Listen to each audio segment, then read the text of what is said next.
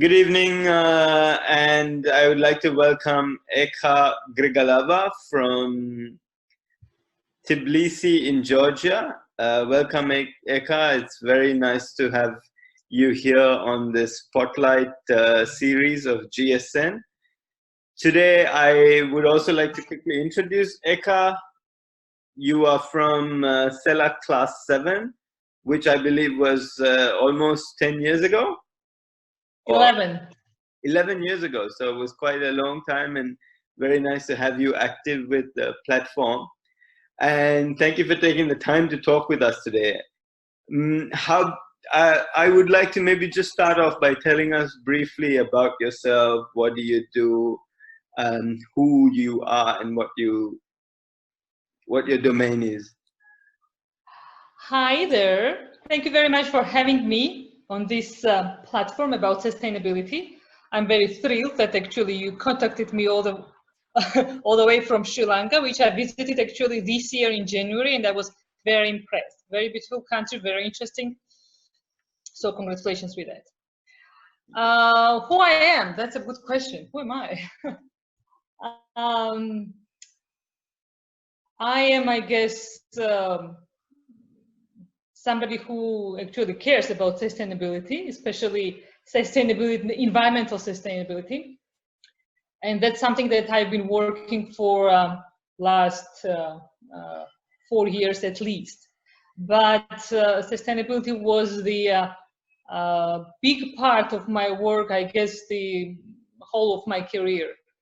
I have spent over 10 years with the large energy infrastructure projects, both in oil and gas and in hydropower. And what I was doing there actually was all about sustainability.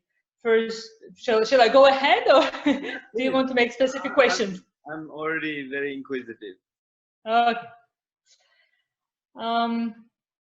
So that's, you said that you saw my credentials on LinkedIn, Yes, which says that I am professional in environmental and social impact assessment and corporate social responsibility as well.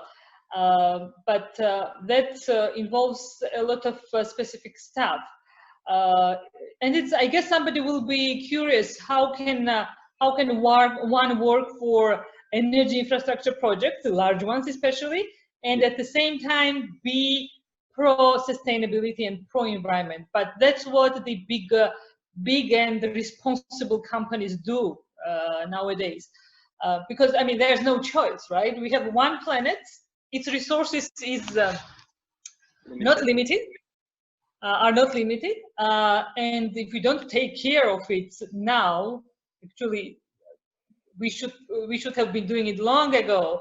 There won't be enough water, there won't be enough food, there won't be enough nothing quite soon, sooner than we can imagine. Unfortunately, that's the reality that we all have to face. And those big companies, by their own will or by the outside pressures, they take care of these kind of things while doing their core business, which is oil and gas and hydropower, etc., etc. Although hydropower is renewable energy and there's much less concern with sustainability, but still, water is also the most, perhaps the most precious resource, natural resource that planet Earth is giving us.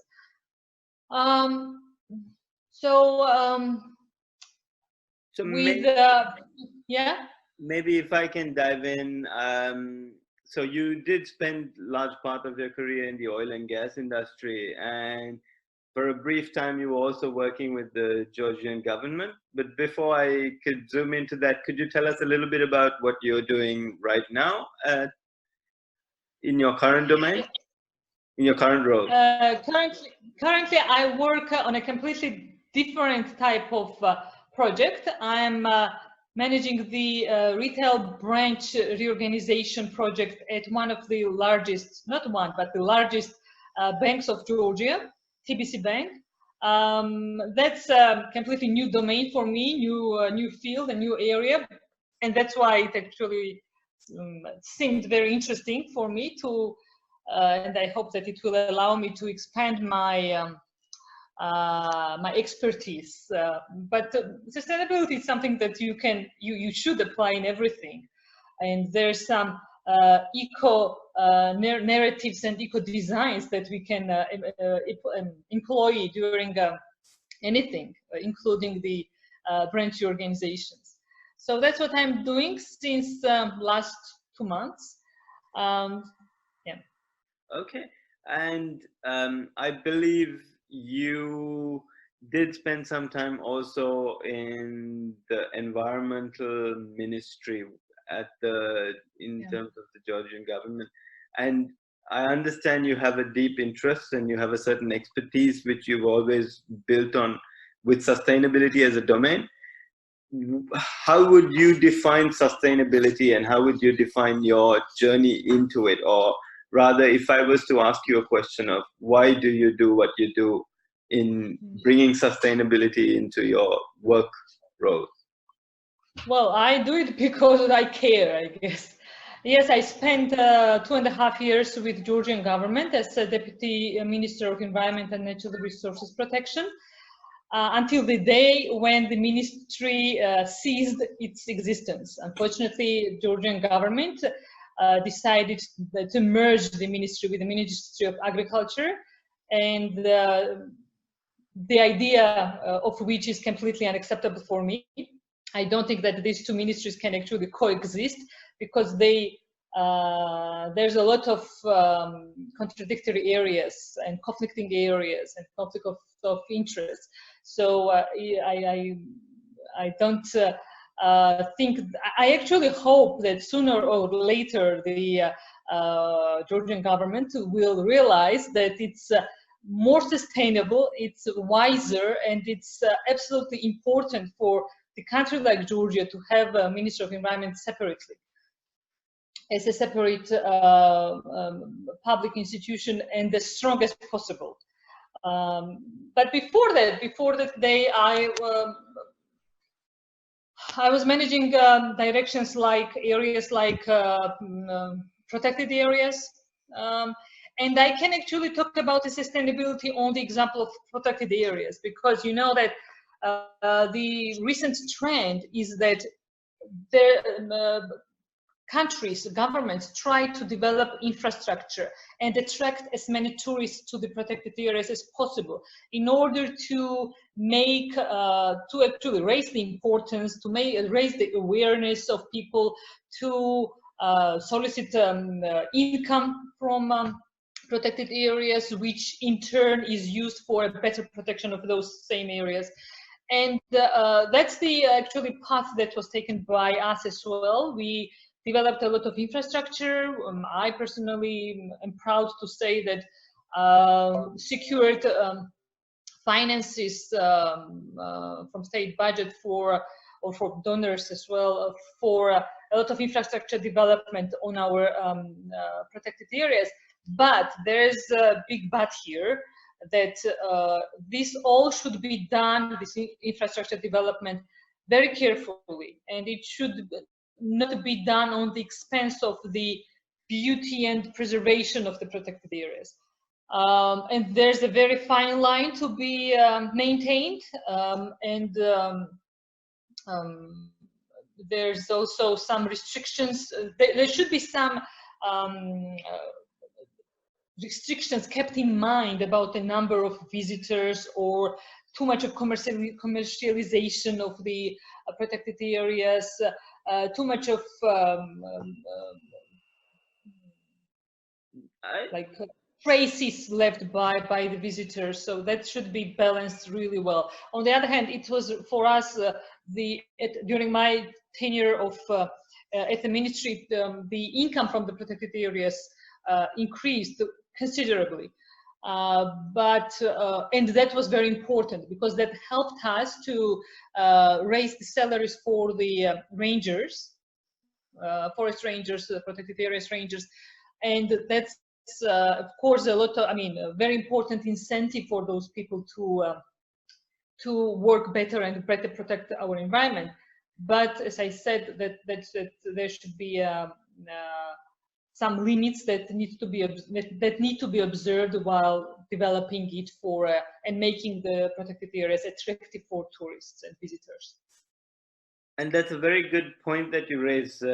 We had a discussion also recently on the same platform about how tourism can be a double-edged sword. And as it can actually bring in the benefit, it also brings with it challenges. But it's particularly interesting when you explain the model of how you are able to create tourism and also create income to sustain the actual protection of that environment. Sounds an exciting project. And is there any specific project that you believe you would like to talk about, something that you are focusing on looking forward, or one of your pursuits, or something that inspires you going forward? Well, if we're talking again about the ministry and the projects that we did there, of course they are ongoing. The projects that I started or were started with my participation, I would say, are ongoing, and I'm really looking forward to actually seeing them. They are completed, 3 of them, new ones, but I haven't seen them, unfortunately. I kind of failed to see them this summer. The 2 of them are caves, and of course they are receiving the visitors, and the other is infrastructure, like visitor infrastructure on the 3-stage waterfall, like a beautiful place, a canyon with the white stones, etc., etc. And when you're doing these kind of projects, you also need to take into consideration the local aspect, the expectation and use or usage by the local population of these places. Because we had a case in one of the nowadays very popular canyon in Western Georgia, which was like literally littered by the food remains, by all kinds of debris, by I don't know, waste, etc., but was at the same time used by locals as a source of income, because they were receiving tourists there, they were offering their boating service, but it was really it was not to the standards. At the same time, it was already a protected area, so the government was responsible for the maintenance and preservation of that area. So it was a really interesting case, because it took us a very long and painful negotiations with the local population, with the villagers, in order to persuade them that what we were going to do in terms of infrastructure development would be beneficial for them as well. And it was all worth it, you know. Now the same people are working in the same place, but now in great uniforms, in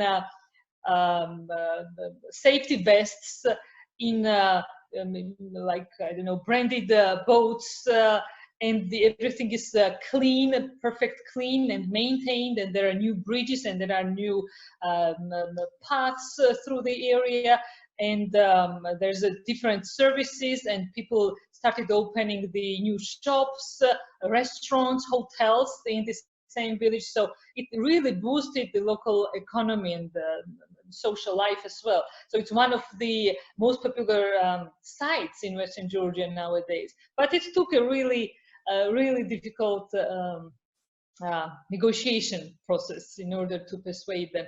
And they were really unhappy about us coming and taking over that place. But I'm sure that now they just enjoy it the same as the visitors from outside world.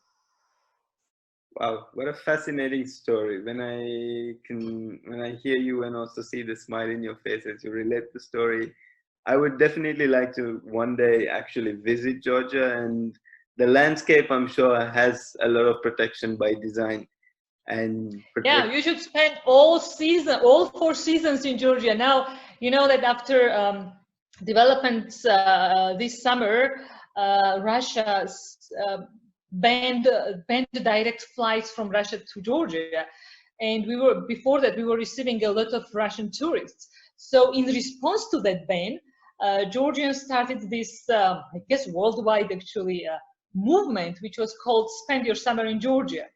And it proved to be very successful. A lot of people kind of responded to it, and a lot of people were tourists were attracted through this campaign. And now this campaign has turned into not from spend your summer in Georgia into spend 4 seasons in Georgia. So you're welcome to Georgia any time of the year, and I would be just most helpful, happy to provide you tips about where to go, especially Martuili, the one that I mentioned.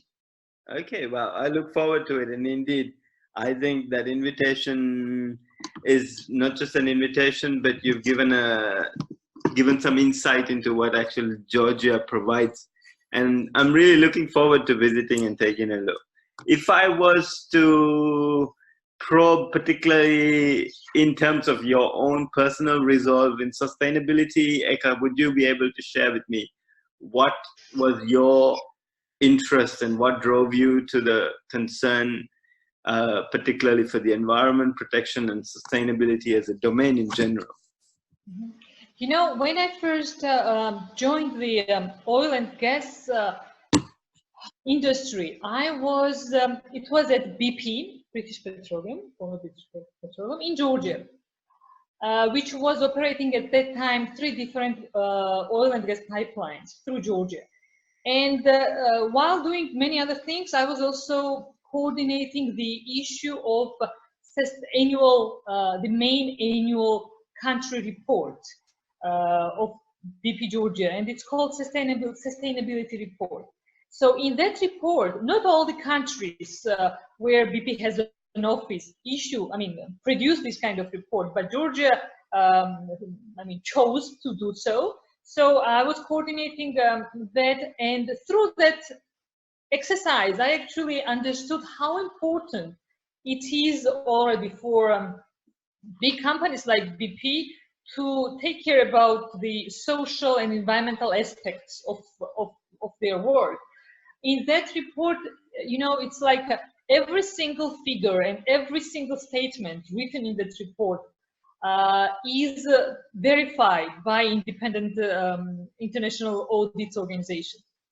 And you have to be like 100% certain about what we are writing there. So it was an interesting, challenging exercise, but it helped me to realize how important it is actually. And even if you are doing some dirty stuff like digging and producing oil, you can be responsible enough to avoid oil spill, or if there's an oil spill, to be as ready as possible with all the available know-how and expertise and tools and techniques to clean it up as soon as possible. I mean, BP, when talking about the oil spill, is not maybe the best company to talk about, considering the past large incidents. But in Georgia, it has been really kind of pioneering in this regard. We also had this project where we trained. This project actually was so successful that we repeated it. There were 2 cycles of this project during 2 years. We trained 40 different national Georgian NGOs in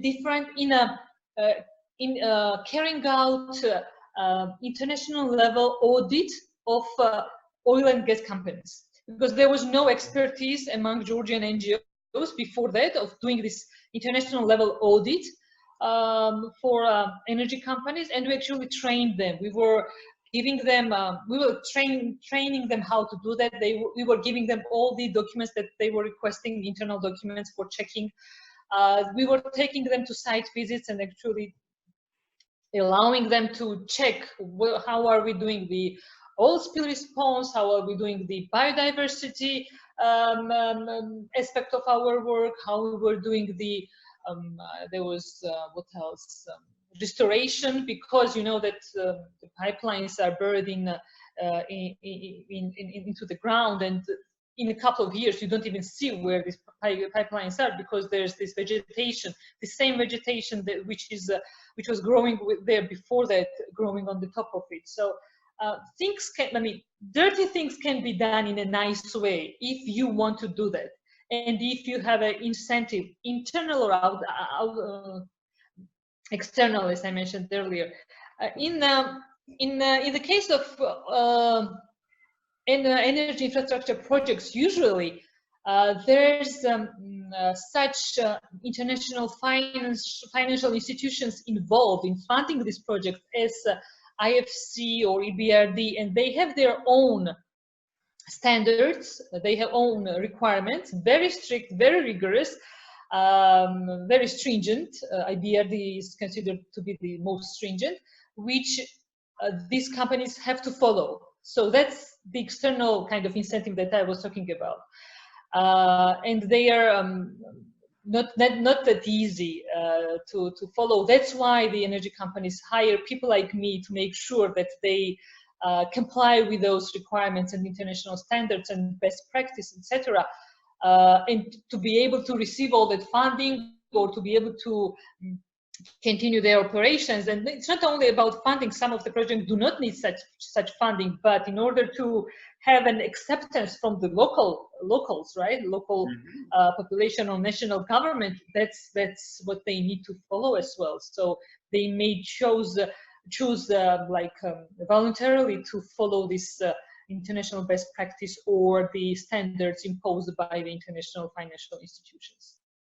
So it's interesting that you would say how there was a part of conscience and also technical expertise that was giving you the guidance. And I would like to again stress on, even as challenging as the project can be, doing good things even when you have to, or bringing your conscience in even when you have to do something that is necessary, particularly in an industry like oil. And I believe you're talking, this was your inspiration going back in 2005, I'm understanding from your LinkedIn profile. That was when you were NGO and Community Affairs Coordinator at BP. Yeah. Okay, yeah. Wow. It's that's when it all started, yeah. Yes, so it's been a long journey forward. Then Ekaterina, I believe it's an honor to be able to talk to you.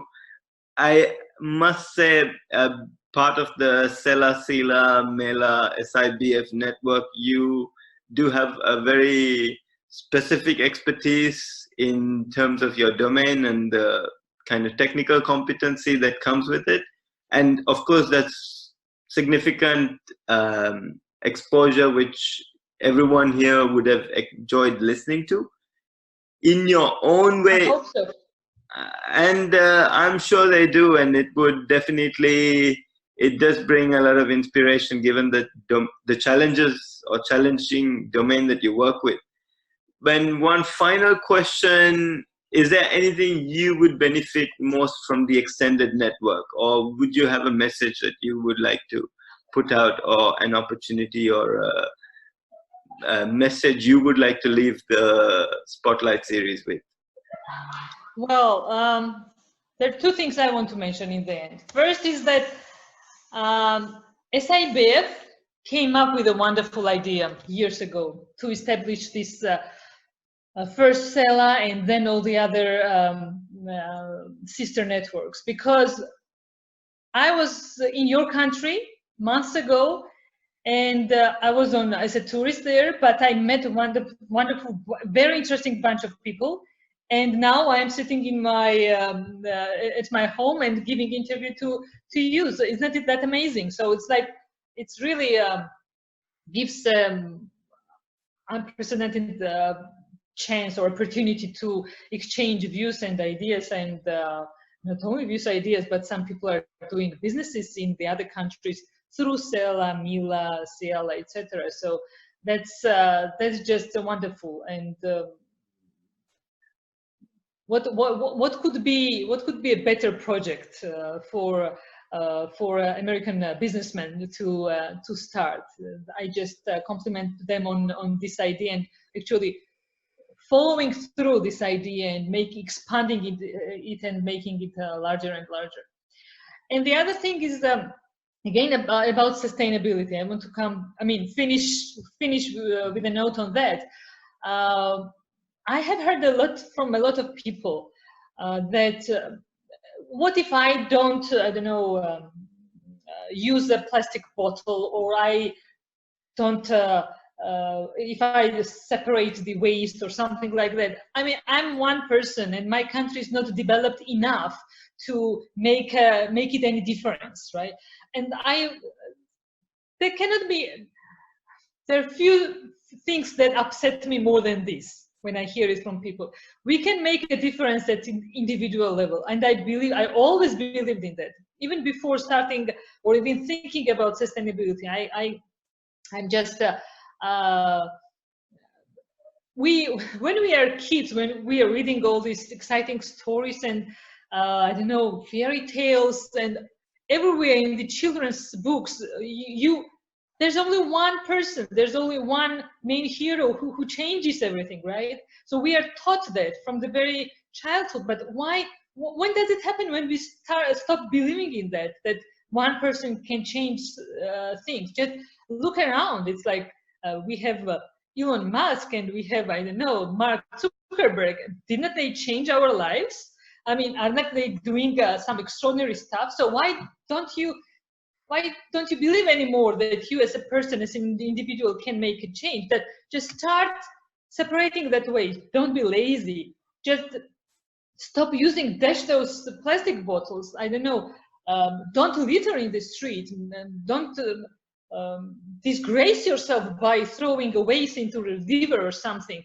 So what that your country is not developed? So what that waste cars are not picking the waste every day? You can still do something about it. And it's I just want to sorry for being too emotional, but that's actually my thing about environment. I take it too emotional. So I call for everybody to be more responsive in their own everyday actions, and maybe we can save this planet. You have me moved, Eka. You carry a very valid message, irrespective of where you are, what challenge or what problem you're solving. You can do everything in a conscious way. You can do everything in a sustainable manner, and you can be the hero, and you don't have to wait for someone else to take that mantle. A very powerful message, and I'm sure everyone watching this can really take back. And I have to say thank you, as you do too, for the platform, to the network. It is so beautiful that we are sitting here from Sri Lanka to Georgia having this conversation. It's so beautiful that life comes and works out this way. And thank you to the network for being so. Very happy to connect with you and to have met you, fortunately also in person. And again, maybe soon I'm going to take you up on that offer to be visiting Georgia one day. Thank you very much. It was very interesting, and good luck with the platform and with the other activities in it. Thank you, Eka. Bye-bye to you, and hope Bye, to Sri Lanka. touch again.